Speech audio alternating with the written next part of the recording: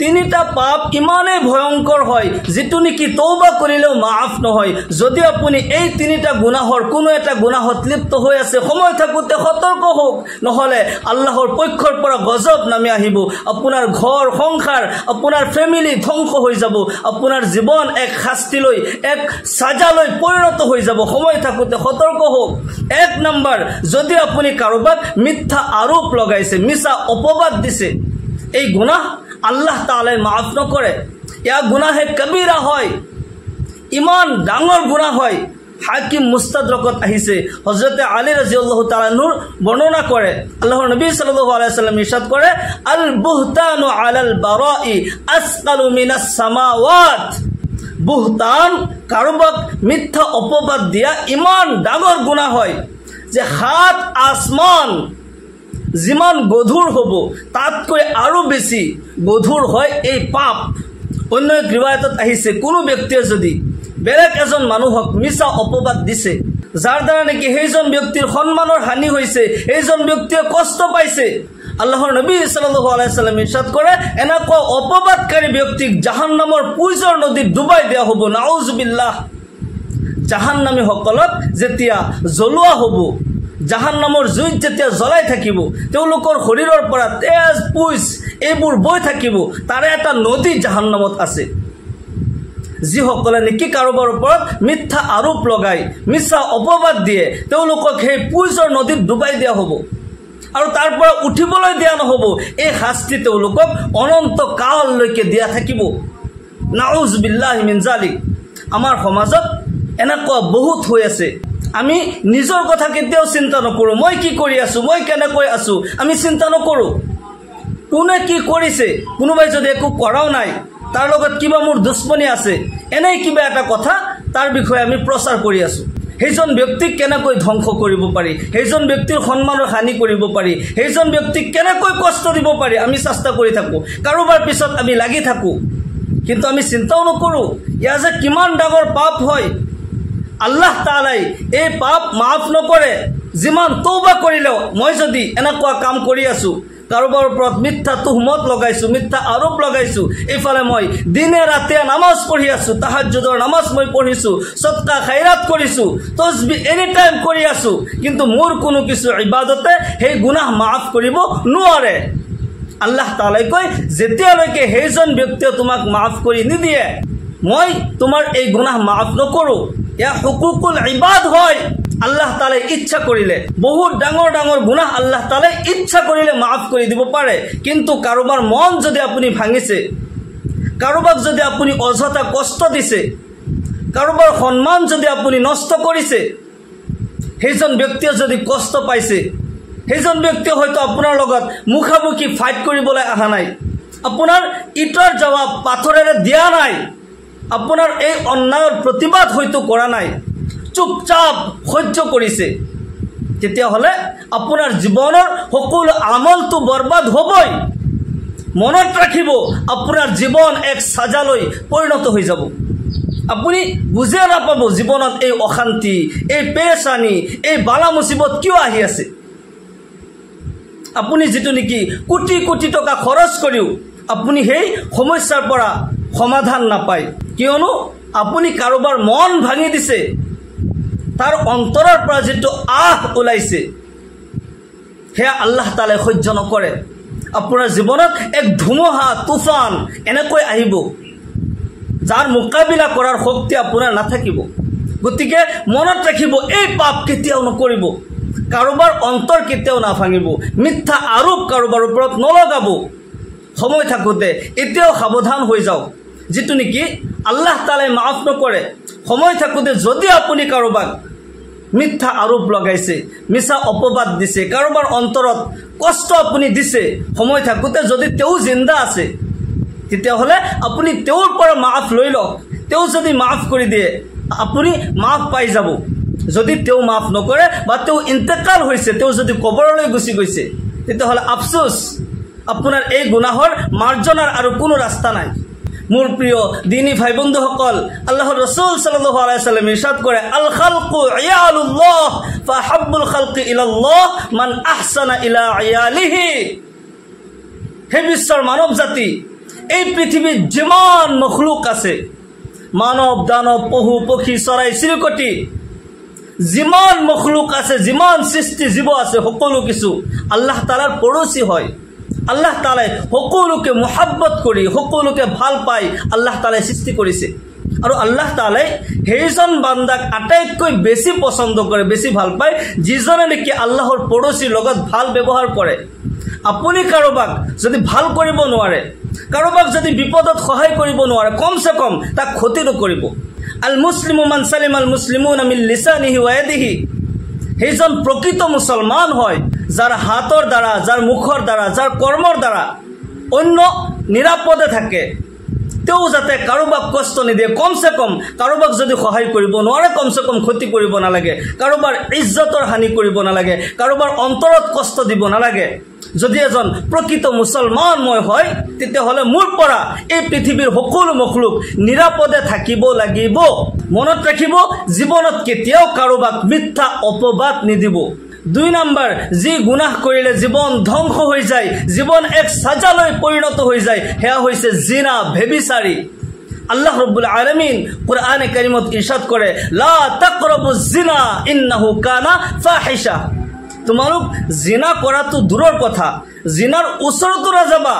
সেয়া অশ্লীল পথ হয়, সেয়া কুকৰ্মৰ ৰাস্তা হয়, তাতে তুমি নাযাবা। জিনা কৰাটো দূৰৰ কথা, তাৰ ওচৰতো নাযাবা। জিনা ইমানেই ভয়ংকৰ পাপ হয় যাৰ সাজা দুনিয়াতো হয়। আদল ইনসাফ ফকত হাশর पे মৌকুফ नहीं, जिंदगी खुद गुनाहों की सजा देती है। সকলো পাপৰ শাস্তি যে মৃত্যুৰ পিছত আখিৰাততেই হ'ব তেনেকুৱা কোনো কথা নহয়। কিছুমান গুনাহৰ সাজা আমি দুনিয়াতে পাওঁ কিন্তু অনুভৱ নকৰোঁ। জিনা কৰা, পৰকীয়া কৰা, এইবোৰৰ দ্বাৰা জীৱন তং হৈ যায়, জীৱনত এক অশান্তিৰ সৃষ্টি হয়, যাৰ সমাধান আমি কতোৱে নাপাওঁ। জীৱন এক শাস্তিলৈ পৰিণত হৈ যায়। আল্লাহ তাআলাই এই গুনাহৰ সাজা দুনিয়াতে ঘোষণা কৰি দিছে, আখিৰাততো আছেই। দুনিয়াতে আল্লাহ রব্বুল আলামিনে কয়, আজ-জানিয়াতু ওয়াজ-জানি ফাজলিদু কুল্লা ওয়াহিদিন মিনহুমা মিআতা জালদা। ভেবিচাৰিনী আৰু ভেবিচাৰীক দুয়োকে কঁকাললৈকে পুতি দিয়া আৰু পাথৰ মাৰি মাৰি শহীদ কৰি দিয়া। যদি জিনাকাৰী তেওঁলোক যদি অবিবাহিত হয়, আনমেৰিড হয়, তেওঁলোকক 80টাকৈ বেত মাৰা, সকলো ৰাইজৰ আগত 80টাকৈ বেত মাৰা। যদি সেই বেতৰ আঘাতত যদি ইন্তেকালো হৈ যায়, মৰিও যায়, মৰি যাব পাৰে। আৰু যদি তেওঁলোক বিবাহিত হয়, তেওঁলোকক কঁকাললৈকে পুতি দিয়া আৰু পাথৰ মাৰি মাৰি, ৰাইজৰ আগত পাথৰ মাৰি মাৰি শহীদ কৰি দিয়া, যাতে বাকী মানুহে ইয়াৰ পৰা শিক্ষা ল'ব পাৰে, যাতে বাকী মানুহ এনেকুৱা গুনাহৰ পৰা বাচি যাব পাৰে। আজিৰ সমাজ এই জিনা, ভেবিচাৰী, পৰকীয়াৰ কাৰণে আজিৰ সমাজ এক অন্ধকাৰলৈ ডুবি গৈছে। য'তে আপুনি দেখা পাব ছ'চিয়েল মিডিয়াত বেছিভাগ নিউজ পৰকীয়া, জিনা, অমুকৰ বিবি পলাই গৈছে, অমুকৰ কইনা অমুকৰ লগত পলাই গৈছে, অমুক ল'ৰাই অমুকৰ কইনা আনিছে, যাৰ কাৰণে 3টা-4টাকৈ জীৱন ধ্বংস হৈছে। ল'ৰা ছোৱালী মা বাবা থকাৰ পিছতো তেওঁলোকে লাৱাৰিছ আৰু এতিমৰ জীৱন অতিবাহিত কৰিছে এই জিনা, পৰকীয়াৰ কাৰণে। আপুনিতো তেওঁলোকক কষ্ট দিছে। আপোনাৰ কিছু মুহূৰ্তৰ শান্তিৰ কাৰণে আপুনি কোনোবা ছোৱালীৰ লগত প্ৰেম কৰিছে, আপোনাৰ বিবি থৈ, আপোনাৰ বাচ্চা থৈ, তেওঁলোকৰ জীৱন আপুনি ধ্বংস কৰিছে। আপুনি এগৰাকী মহিলা, আপোনাৰ স্বামী থৈ, সন্তান থৈ, আপুনি কিছু মুহূৰ্তৰ শান্তিৰ কাৰণে আপুনি বেলেগ কোনোবা ব্যক্তিৰ লগত আপুনি পলাই গৈছে। আপুনি চিন্তা কৰা নাই মোৰ ল'ৰা ছোৱালীৰ কি হ'ব, মোৰ স্বামীৰ কি হ'ব, মোৰ জীৱনৰ কিছু শান্তিৰ কাৰণে মই 3টা-4টা জীৱন মই ধ্বংস কৰি দিছোঁ। এই গুনাহটো আল্লাহ তাআলাই মাফ নকৰে। আল্লাহ ৰব্বুল আলামিন জিনাকাৰী কিয়ামতৰ দিনাখন এনেকুৱা শাস্তি দিব। আল্লাহ ৰাসূল সাল্লাল্লাহু আলাইহি ওয়াসাল্লাম ইৰশাদ কৰে, জিনাকাৰী মহিলাৰ পেটত জুইৰ সন্তান দি দিয়া হ'ব, নাউজুবিল্লাহ। সেই জুইৰ সন্তানে তেওঁৰ কলিজা চুবাই থাকিব, তেওঁৰ পেটত জ্বলা পোৰা কৰি থাকিব। আল্লাহ তাআলাই 5জন ফেৰেশতা পঠাই দিব। সেই জিনাকাৰী মহিলাৰ ওচৰত যাব, সেই জুইৰ সন্তান প্ৰসৱ কৰাব। 4জন ফেৰেশতাই 4 হাত ভৰি ধৰিব, এজনে প্ৰসৱ কৰাব। সেই জুইৰ সন্তান যোন ফালে আহিব জ্বলাই পুৰাই শেষ কৰি দিব। নাউজ বিল্লাহি মিন জালিক। আল্লাহৰ নবী সাল্লাল্লাহু আলাইহি ওয়াসাল্লাম ইৰশাদ কৰে, মই যেতিয়া মেৰাজলৈ গ'লো, আল্লাহ তাআলাই মোক জান্নাত জাহান্নাম সকলো দেখাইছে। জাহান্নামৰ ভ্ৰমণত এবাৰ দেখা পালো এক ঠাইত ধাও ধাও কৰি জুই জ্বলি আছে। আল্লাহৰ নবী সাল্লাল্লাহু আলাইহি ওয়াসাল্লাম ইৰশাদ কৰে যে মই দেখা পালো সেই জুইৰ মাজত কিছুমান যুৱক যুৱতী উলংগ হৈ আছে। তেওঁলোকক জুয়ে জ্বলাই জ্বলাই ওপৰলৈ আনিছে, আকৌ তললৈ নমাই নিছে। এই দৃশ্য দেখা পায় আল্লাহৰ নবী সাল্লাল্লাহু আলাইহি ওয়াসাল্লাম হযৰত জিব্ৰাইল আলাইহিস সালামক সুধিলে, হে ভাই জিব্ৰাইল, এই সকল যুৱক যুৱতী কি গুনাহ কৰিছিল, কোন পাপৰ এই শাস্তি দিয়া হৈছে? হযৰত জিব্ৰাইল আলাইহিস সালামে কয়, ইয়া ৰাসূলুল্লাহ, ইয়া হাবিবাল্লাহ, এই সকল যুৱক যুৱতী দুনিয়াত থাকোতে ভেবিচাৰিত লিপ্ত হৈছিল, জিনা কৰিছিল, তেওঁলোকক এই শাস্তি দিয়া হৈছে, অনন্ত কাল এওঁলোকক এনেকুৱা শাস্তি দিয়া থাকিব। আল্লাহৰ নবী সাল্লাল্লাহু আলাইহি ওয়াসাল্লামে কয়, মই আৰু অলপ আগত দেখা পালো কিছু সংখ্যক পুৰুষ মহিলা বহি আছে। তেওঁলোকৰ আগত ভাল মাংস আছে আৰু অলপ দূৰত গেলা পচা মাংস ৰাখি থোৱা আছে। এই সকল পুৰুষ মহিলাই কি কৰিছে যে এই ভাল মাংসখিনি খোৱা নাই, সেই দূৰৰ পৰা গেলা পচা মাংসবোৰ টানি টানি আনিছে আৰু খাইছে। যি মাংসত পোকা মাকৰ তেওঁলোকৰ মুখৰ পৰা ওলাই গৈছে, মাংসৰ পৰা বৈ বৈ গৈ আছে। নাউজুবিল্লাহ। আল্লাহৰ নবী সাল্লাল্লাহু আলাইহি ওয়াসাল্লাম আচৰিত হ'ল আৰু প্ৰশ্ন কৰিলে, হে ভাই জিব্ৰাইল, এই সকল পুৰুষ মহিলা কি গুনাহ কৰিছিল, কোন পাপৰ এই শাস্তি দিয়া হৈছে? আল্লাহৰ ফেৰেশতা হযৰত জিব্ৰাইল আলাইহিস সালাম আৰজ কৰিলে, ইয়া ৰাসূলুল্লাহ, ইয়া হাবিবাল্লাহ, এই সকল পুৰুষ মহিলা দুনিয়াত থাকোতে পৰকিয়া কৰিছিল, জিনা ভেবিচাৰিত লিপ্ত হৈছিল। এই পুৰুষসকল তেওঁলোকৰ দুনিয়াত থাকোতে দুনিয়াৰ জীৱনত বৈধ স্ত্ৰী থকাৰ পিছতো অন্য বেগানা মহিলাৰ লগত তেওঁলোকে জিনা কৰিছিল, পৰকিয়া কৰিছিল, ভেবিচাৰিত লিপ্ত হৈছিল, যাৰ কাৰণে এওঁলোকক এই শাস্তি দিয়া হৈছে। এই মহিলাসকল দুনিয়াৰ জীৱনত তেওঁলোকৰ বৈধ স্বামী থকাৰ পিছতো তেওঁলোকে বেগানা পুৰুষৰ লগত পৰকিয়া কৰিছিল, জিনা ভেবিচাৰিত লিপ্ত হৈছিল, কুকৰ্ম কৰিছিল। ইয়া ৰাসূলুল্লাহ, ইয়া হাবিবাল্লাহ, এই সকল পুৰুষ মহিলাক অনন্ত কাল এই শাস্তি দিয়া থাকিব। নাউজুবিল্লাহি মিন যালিক। আল্লাহ ৰাব্বুল আলামিন আমাক সকলো পুৰুষ মহিলাক এই ভয়ংকৰ পাপৰ পৰা আমাক সকলোকে হেফাজত কৰক, আমাক সকলোকে হিদায়ত দিয়ক। এই গুনাহ যদি আপুনি কৰিছে এতিয়াও ষ্টপ কৰি দিয়ক, এই মুহূৰ্তত ষ্টপ কৰি তওবা কৰক, হ'ব পাৰে আল্লাহ তাআলাই মাফ কৰি দিব। আল্লাহ তাআলা বহুত দয়াবান হয়, বহুত ক্ষমাশীল হয়। যদি আপুনি এই গুনাহ বন্ধ নকৰে তেতিয়াহ'লে আপোনাৰ ইহকাল পৰকাল বৰবাদ হৈ যাব। এই দুনিয়াও আপোনাৰ কাৰণে এক সাজালৈ পৰিণত হৈ যাব, দুনিয়া আপোনাৰ কাৰণে তংগ হৈ যাব।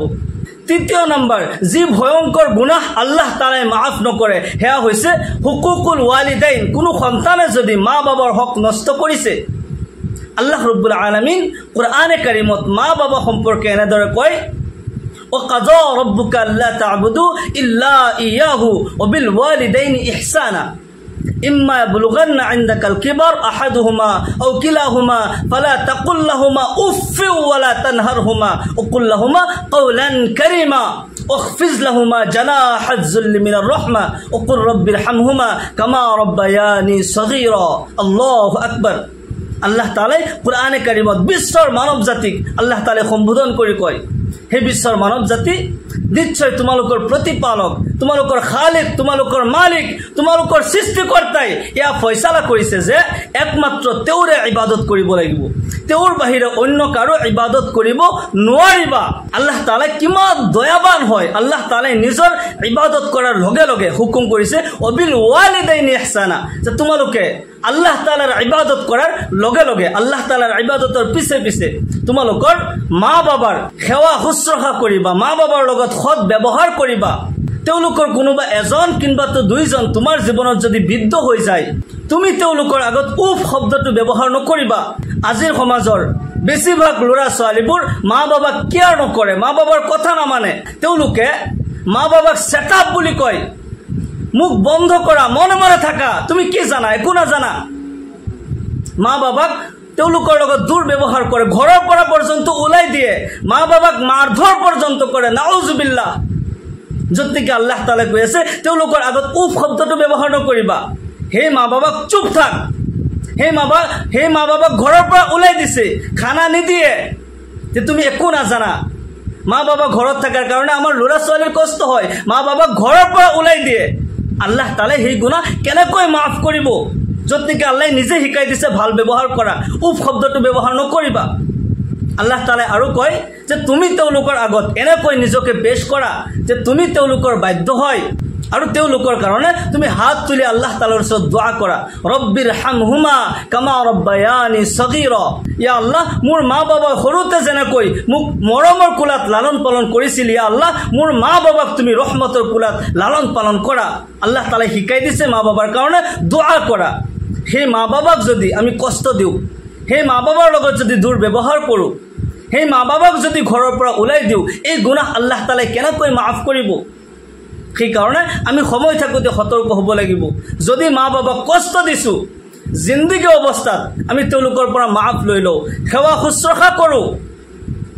মৃত্যুৰ পিছত কবৰত যাই কান্দিলে কোনো লাভ নাই। মৃত্যুৰ পিছত 40 দিনলৈকে জিয়াৰত কৰিলে কোনো লাভ নাই। মৃত্যুৰ পিছত তেওঁৰ নামত যিমান ডাঙৰকৈ আপুনি ভোজ কৰি মানুহক খুৱাওক, কোনো লাভ নাই। যদি জিন্দা অৱস্থাত আপুনি মা বাবাক কষ্ট দিছে, জিন্দগী অৱস্থাত তেওঁলোকক শান্তি দিব লাগিব। কিয়নো তেওঁলোকৰ নিজৰ জীৱন শেষ কৰি আপোনাৰ মোক জিন্দগী দিছে, মূৰৰ ঘাম ভৰিত পেলাই আমাৰ জিন্দগী দিছে, আমাক লিখা পঢ়া কৰাইছে। আমি এইখিনি চিন্তা কৰিব লাগিব, তেওঁলোকৰ হক আমি আদায় কৰিব লাগিব। আল্লাহ তাআলাই আমাক সকলোকে বুজাৰ তৌফিক দান কৰক, আমাক সকলোকে এই তিনিটা পাপৰ পৰা সদায় বাচি থকাৰ তৌফিক দান কৰক।